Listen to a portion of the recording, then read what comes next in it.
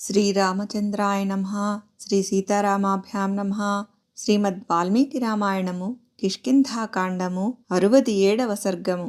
హనుమంతుడు సముద్రలంఘనమునకు ఉత్సాహమును ప్రకటించుట. జాంబవంతుడు ఆ మహాత్ముని కొనియాడుట. పిమ్మట మారుతి మహేంద్రగిరిపై చేరుట. 100 యోజనముల మేర ఉన్న సముద్రమును వెంటనే లంఘించుటకై వానరోత్తముడైన ఆ మారుతి తనలో పరాక్రమమును కూడగట్టుకొనుచు తన అద్భుత రూపమును పెంచసాగెను. అట్టి ఆ మహావీరుని జూచిన వెంటనే ఆ వానరులు తమ విచారములను మానిరి. పిదప మహాబలశాలియగు హనుమంతుని ప్రస్తుతించుచు వారు సంతోషముతో బిగ్గరగా కేరింతలు కొట్టిరి. వామనావతారమున 3 పాదముల విన్యాసములతో ఉత్సాహముగా ముల్లోకములను ఆక్రమించిన శ్రీ మహావిష్ణువును ప్రజలు దర్శించినట్లు అందు అంతటను చేరియున్న వానరులు సంభ్రమాశ్చర్యములతో పరమానందభరితులై ఆ మారుతిని గాంచిరి. మహావీరుడైన హనుమంతుడు వానరుల ప్రశంసలకు సంతోషించుచు వాలమును పైకెత్తి ఇంకనూ బలమును పుంజుకొనుచున్నవాడై వృద్ధి పొందెను. వృద్ధులు వానర ప్రముఖులు ప్రశంసించుచుండగా ఆయనలోని తేజస్సు వెల్లి విరియుచుండెను. అప్పుడు ఆ మహాత్ముని రూపము అద్భుతముగా ఉండెను. పర్వత గుహయందు సింహము జూలు విదల్చి విజృంభించుచున్నట్లుగా వాయుసుతుడు ఇప్పుడు ఒక్కసారిగా అత్యుత్సాహముతో పరాక్రమించెను. ధీశాలి అయిన హనుమంతుడు ఆవులించుచుండగా ఆయన ముఖము వెలుగొందుచున్న పెనము వలెను పొగలేని అగ్నివలెను శోభిల్లుచుండెను. వానరుల మధ్యనున్న హనుమంతుడు లేచి నిలబడెను. అప్పుడు ఆయన శరీరము గగుర్పాటును పొందెను. అంతటా అతడు వృద్ధులైన కపివరులకు నమస్కరించి ఇట్లు నుడివెను. ఆకాశమున సంచరించుచుండెడి వాయుదేవుడు మిగుల బలశాలి. అతని శక్తికి హద్దులు లేవు. అతడు అగ్నిదేవునకు మిత్రుడు. తన వేగముచే ఉన్నతములైన పర్వత శిఖరములను కూడా చిన్న భిన్నమునర్పగలడు. శీఘ్రముగా సాగిపోగల గరుత్మంతుడు మున్నగు వారివలే ఆ మహాత్ముడు వేగగమనుడు. అట్టి మహాత్ముడైన వాయుదేవుని యొక్క పుత్రుడను నేను. ఎగురుటలో నాకు ఎవ్వరునూ సాటికాజాలరు. ఆకాశమును తాకుచున్నదా అన్నంతగా మహోన్నతమై విశాలమైన మేరుపర్వతము చుట్టూను నేను అనాయాసముగా వేల కొలది పర్యాయములు వరుసగా తిరిగి రాగలను. నా బాహుబలముచే సముద్రమును అల్లకల్లోలమనర్చి పర్వతములతోడను నదులతోడను చెరువులతోడను కూడియున్న ఈ భూమండలమును ఆ సాగర జలములలో అవలీలగా ముంచివేయగలను.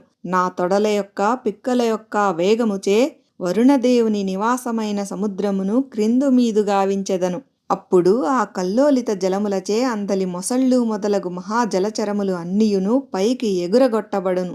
పక్షులు సంచరించడి ఆకాశమునందు పన్నగాసనుడైన గరుత్మంతుడు అమిత వేగముతో ఎగురుచుండును. అప్పుడు నేను అంతకంటెనూ మించిన వేగముతో ఆ వైనతేయుని చుట్టూను వేల కొలది పర్యాయములు ప్రదక్షిణములు చేయగలను. ఓ వానర ప్రముఖులారా, ఉదయాద్రి నుండి బయలుదేరిన సూర్యునితో పాటు నేను కదలి ఆయనను మించిన వేగముతో ముందుగా అస్తాద్రికి చేరెదను.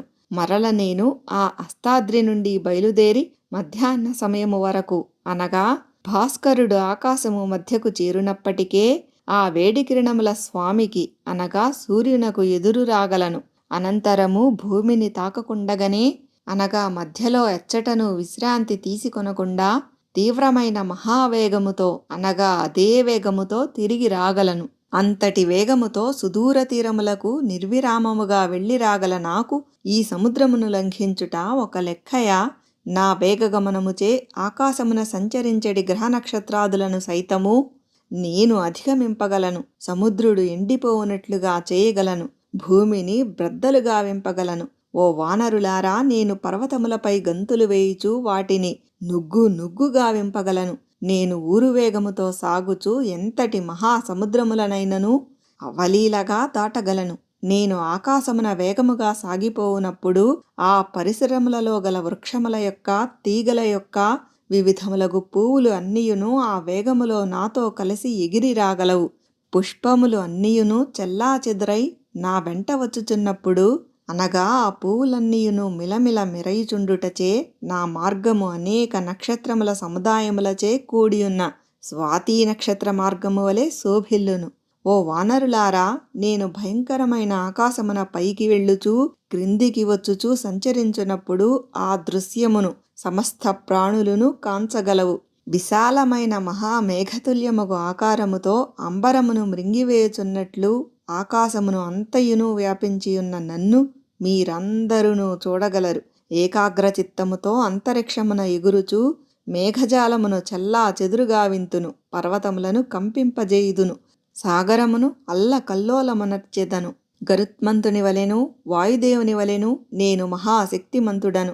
మహావేగము గల వైనతేయుడు వాయుదేవుడు తప్ప ఇతర ప్రాణులెవ్వియును దివమందు త్వరితగతితో పురోగమించుచున్న నన్ను అనుసరింపజాలవు. మేఘము నుండి వెలువడు మెరుపు వలె నేను విద్యుద్వేగముతో నిరాధారమైన ఆకాశమునకు రెప్పపాటు కాలములో అనగా క్షణములో ఎగురగలను. మహాసముద్రముపై ఎగురునప్పుడు నా రూపము పాదత్రయముతో ముల్లోకములను ఆక్రమించుటకై విజృంభించినప్పటి విష్ణురూపము వలె ఒప్పారును. నా బుద్ధి ద్వారా నిశ్చయించుకొనిన కార్యమునకు నా మనస్సు కూడా అనుకూలముగా ప్రవర్తించును. నేను ఎప్పుడేది అనుకొన్ననో దానిని సాధించి తీరెదను. కనుక నేను సీతాదేవిని తప్పక దర్శింపగలను. మీరును ఆనందింపగలరు. వేగమునందు నేను వాయుదేవుని ఎంతటి వాడను. బలపరాక్రమములయందు గరుత్మంతునితో సమానుడను. వేల కొలది యోజనముల దూరమునకైనను లంఘింపగలనని నా నమ్మకము. నేను పరాక్రమించినచో వజ్రాయుధమును చేతబట్టియున్న దేవేంద్రుని నుండి గాని స్వయముగా ఆవిర్భవింపగల ప్రభావశాలి అయిన బ్రహ్మదేవుని నుండి గాని అమృతమును బలవంతముగా లాగికొని రాగలను. అట్లే రావణుని లంకను సైతము పెకలించి తీసుకుని రాగలను. ఇది నా దృఢమైన విశ్వాసము. మిగుల తేజోబల సంపన్నుడును వానరులలో శ్రేష్ఠుడును అయిన ఆ హనుమంతుడు ఇట్లు గట్టిగా నొక్కి వక్కాణించుచుండగా ఆ వానరులు అందరును ఆనందాశ్చర్యములతో ఆ స్వామి వైపు తేరిపారజూచిరి. తోటి వానరుల యొక్క విచారమును తొలగించుచు వానర శ్రేష్ఠుడైన హనుమంతుడు పలికిన వచనములను విని జాంబవంతుడు పరమానంద భరితుడై పిదప ఆయనతో ఇట్లు నుడివెను. నాయనా, ఓ కేసరి కుమారా, ఓ వాయువరప్రసాది, మహావీరుడవైన ఓ హనుమంతా, నీలోని ధైర్యోత్సాహములకు అనుగుణముగా చక్కని అభయవచనములను పలికి మన వానరులలో గూడు కట్టుకునియున్న అపారమైన దుఃఖమును రూపుమాపితివి. ఇచట చేరియున్న ఈ కపివరులందరూ నీ శుభమును కోరుచున్నారు. వారు ఎల్లరునూ ఏకాగ్రతతో నీ కార్యము సఫలమగుటకు స్వస్తి వచనములను పలుకుదురు. ఋషుల యొక్క వృద్ధులైన వానరుల యొక్క ఆశీస్సులతో గురువుల అనుగ్రహముతో నీవు ఈ మహాసముద్రమును లంఘింపుము. ఓ మారుతి, నీవు తిరిగి వచ్చెడి వరకును నీకై ఎదురుతెన్నులు చూచుచూ మేము నీ నామమునే స్మరించుచుందుము. మన వానరుల ప్రాణములన్నీయును నీపైననే ఆధారపడియున్నవి. పిదప కపివరుడైన హనుమంతుడు ఆ వానరులతో ఇట్లు నుడివెను. నేను కాలుమోపి లంఘించుటకు పూనుకొనినప్పుడు నా బలమునకు ఈ భూమి తట్టుకొనలేదు. ఎత్తైన శిలలతో కూడిన ప్రదేశములు గల ఈ మహేంద్ర పర్వతము యొక్క ఈ శిఖరములు మహోన్నతములు, స్థిరములు. ఈ గిరిశృంగములు స్రవించుచున్న గైరికాది ధాతువులతో విలసిల్లుచున్నవి. ఇందు అంతటను వివిధములగు వృక్షములు వ్యాపించియున్నవి. నేను ఈ శిఖరములపైన బలముగా కాలుమోపి ఇచటి నుండియే లంఘించెదను. ఓ వానర ప్రముఖులారా, సముద్రముపై 100 యోజనముల దూరము లంఘించుటకు నేను పూనుకొనినప్పుడు అనగా బయలుదేరినప్పుడు ఈ శిఖరములు నా పాదముల ఒత్తిడిని భరింపగలవు. అనంతరము శత్రు సంహారకుడు వానర ప్రముఖుడు వేగమున వాయుదేవునితో సమానుడు అయిన ఆ మారుతి పర్వతములలో శ్రేష్టమైన ఆ మహేంద్రగిరిని అధిరోహించెను. ఆ మహేంద్రగిరిపై వివిధములగు వృక్షములు శోభిల్లుచున్నవి. అచటి పచ్చిక బయళ్లపై మృగములు హాయిగా సంచరించుచున్నవి. ఆయా ప్రదేశములయందు పూల తీగలు దట్టముగా అలముకొని ఉన్నవి. అచటి వృక్షములు ఎల్లప్పుడూ పుష్పములతో ఫలములతో నిండి కళకళలాడుచుండును. అచట సింహములు పెద్ద పులులు సంచరించుచుండును. మదపుటేనుగులు స్వేచ్ఛగా తిరుగుచుండును. ఆ గిరియందు నిరంతరము బాగుగా మత్తిల్లిన పక్షుల గుంపుల యొక్క కలకలరావములు వినిపించుచుండును.